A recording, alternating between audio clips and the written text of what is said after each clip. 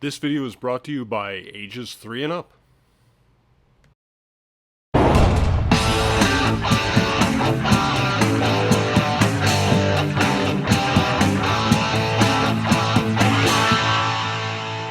Hey everybody, I'm the Rusty Mechanic, and today we're going to take a look at Newage Legendary Heroes Military Operations Commander number 35 Cyclops, aka Shockwave from the G1 cartoon, also referred to as Newage H35.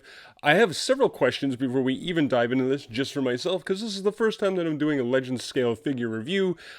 Why is he sideways in the box? I don't understand what's happening here. It doesn't line up with the box art. Is this normal for New Age? And where's the H in the box? This says number 35. Where's the H35 coming from? I don't understand. Oh, is it for heroes? Alright, enough of that. Let's get into this. Shameless self-promotion reminder, if you guys do like these videos from me, please make sure to hit that like button down below. It really helps out a lot. Make sure to hit that subscribe button as well. Hit the little bell so you get the notifications every time that I release one of these videos. And if you feel like shaming me publicly online, by all means, throw those comments down below, answer those questions I had at the beginning of the video, and fill me in. So when you get Cyclops out of the box, he does come with this black rubber tube. It's in the packaging with the instructions. This is to simulate the cable that's on the back of him in his cartoon rendering that goes from the upper torso to the back of his arm. There's a peg here at the back of the torso, a peg here on the back of the arm. Both of them are riveted, I think the word is that I'm looking for here. But the cable, rubber tube, just slides onto the peg very easily. I'm sure there's a joke in here somewhere. Really? Nothing. And just as simple as that. And there you go. Cyclops out of the box. So this New Age Cyclops, it's a very, very well done figure. If you're looking for an alternative to Masterpiece figures, like I'm considering because the price of Masterpiece figures has just gone through the roof, these Legend scale figures, especially from this company New Age, are an excellent alternative at a somewhat lower price point. But you will not be disappointed with the detail and the articulation and the engineering that goes into, such a tiny package here. But this guy in particular, the purple on this guy is really, really nice. It does have a metallic sheen to it. The rest of the figure's colors is, it's almost like a purplish off gray color. Again, a bit of a metallic sheen to it. Head sculpt's really, really nice. It has the ears, I guess we'll call them, right, on the head, a fin at the top there. Bit of a bluish green color going on in around the, Shockwave's faceplate. Not that he had much of a faceplate, and the single yellow eye. There's light piping going on in the back. Maybe a bit too much of it. There's a lot of yellow plastic going on in the back of the head, but again, right, as I've always said before, you're not really going to be displaying it this way, so perfectly acceptable. Some really nice additional details that are going on here in the chest as well that don't line up with his cartoon rendering, as you'll see here. But the rest of the figure is an excellent match to his cartoon rendering. Some little details going on the forearms here. We turn him sideways again, some additional detail in the forearm. And especially down here in the legs, they captured the... this is more of a silver gray metallic finish with some line details and some other details down at the bottom here. The big kneecaps here at the top of his legs like you see in the cartoon. And of course, the arm, the gun arm, the devastating gun arm, with a translucent purple laser barrel. Same thing with the chest plate. This is also a bit of a almost clear but pretty much translucent light purple finish. And there's even a little bit of translucent purple going on here at the wrist as well. All in all, a really nice looking figure. Looks really good on the shelf, and as you can see, there's just a whole bunch of detail on this guy. For his accessories, he comes with a few things. The first one is, I guess, a replica of himself. I think there was one scene in the cartoon where he was using himself. I don't know, to shoot at the Autobots or whatever, but there's some really good details going on in here for an obscure accessory, I guess we'll call it. But as you can see, there's a lot of line details that are going on here. Even the what you would call the scope on this laser pistol. But just another one of those accessories where they're playing with themselves. The other accessory he comes with is a saluting hand. Again, some really nice detail going on here. Very easy to put in. It is just a peg on the hand. Very easily twist out the existing hand. Like, it literally just comes right out. Very, very nicely made. And the peg goes into the wrist. And unfortunately, this is one of those accessories that you will hear me complain about from time to time. That while this is, from again that one obscure scene in the cartoon where he saluted Megatron, and I think it was in the first episode when Megatron left him on Cybertron in charge. But good luck getting the hand to some position that resembles a salute. It's either like way over the top of his head, or you can't get it to his head, or whatever. So again, nice to have these options for the accessories, but can we just make sure that they work? And then finally, for his last accessory, he does come with this display stand.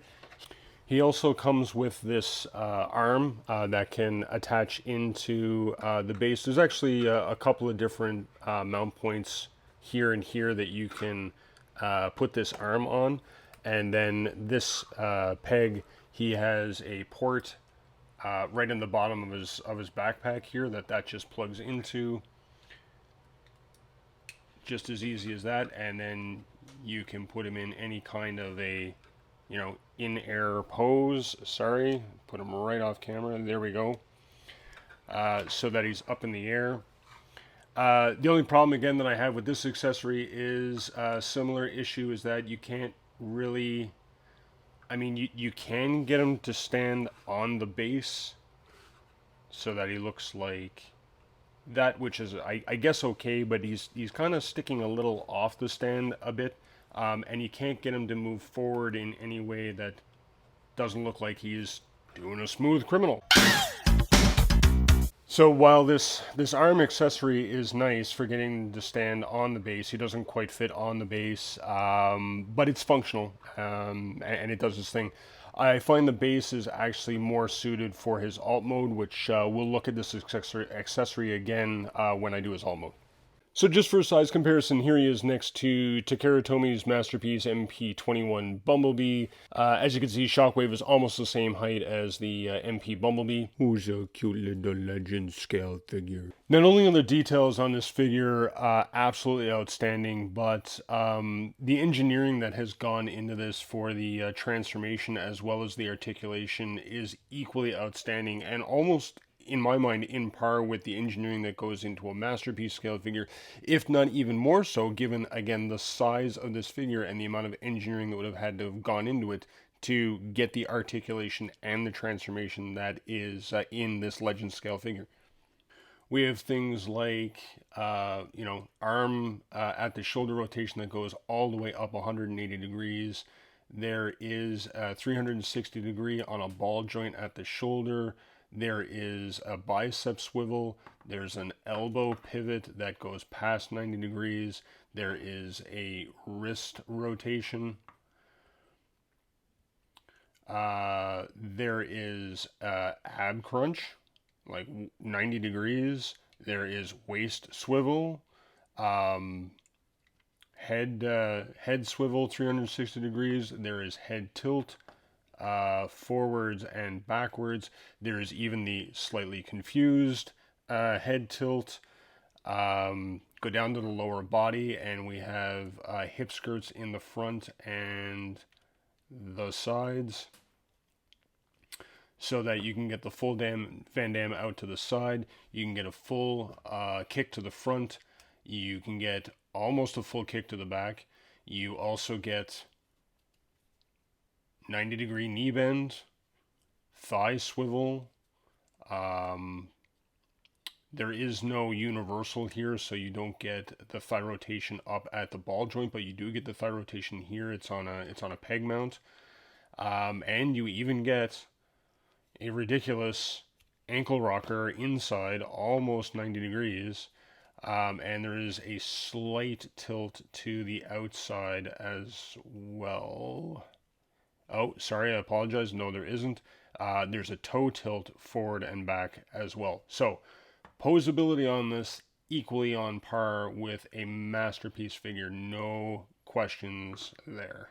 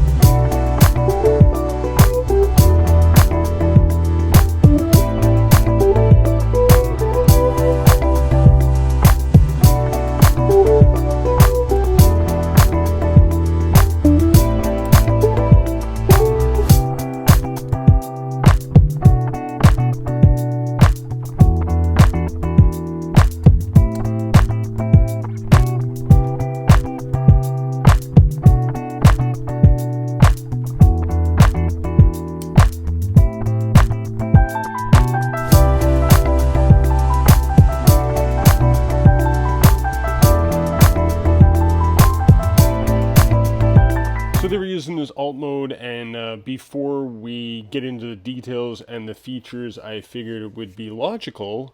See what I did there? For us to take a look at his flight stand accessory again. No, it's not really a flight stand. I guess it's just a stand because he doesn't actually fly, or does he? Anyway, there is one other accessory that he does come with, which is this adapter that plugs into the bottom front of his handle here. This adapter does plug into either one of the two larger holes in the center of the stand. And this part, the base, basically plugs into the space in the handle.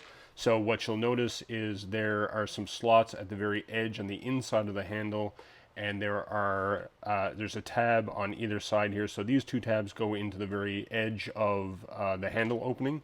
You do have to pull the handle apart, separate it like that, and then just rest this just inside one side of the handle, and you can press it into the slot that's there on that side, then line up the other side of the handle and just squeeze the two halves together around that adapter. This peg does rotate about 90 degrees, so you do have some adjustment there, and you just plug it right into the stand, and there you go. Now he's much more impressive looking. And he does have some neat details. Again, the engineering around the transformation is really nifty. Cable doesn't have to be removed while you're doing the transformation. The arms actually tuck up inside the front of the laser cannon here to hide them away, so that's really neat. There's some crosshair detail that is going on in the sight that's right here, that's hidden away in the transformation. Overall, fairly decent looking. There is a little bit of kibbling going on. You got some gapping that's going on here between the handle and the main body. Top of it, same thing, a little bit of, I would call this kibble, right? It's lacking some detail, but this is inside the chest cavity that's underneath the head, and when you press the head down, this panel pops out and you fold these two pieces out, just trying to cover up that space where the front of the laser cannon went.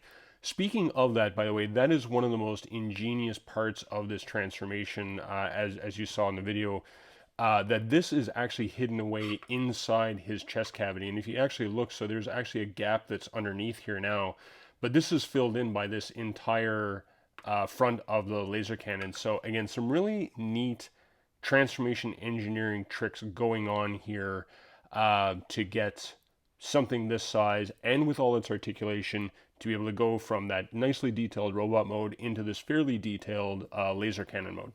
So he does have one very cool feature, which is that, again, for a figure this size, that they managed to squeeze this feature in, but it is a light-up feature that's inside the laser cannon.